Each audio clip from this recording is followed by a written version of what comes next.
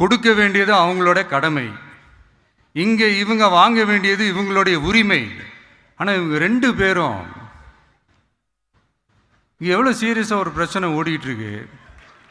இவங்க 2 பேரும் அதாங்க நம்ம ஃபாசிசமும் நம்ம பாயாசமும்,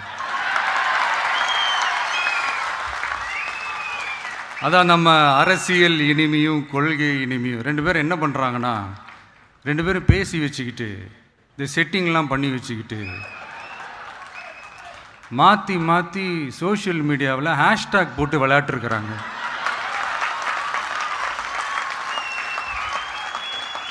இங்கே என்ன நடந்துக்கிட்டு இருக்கு?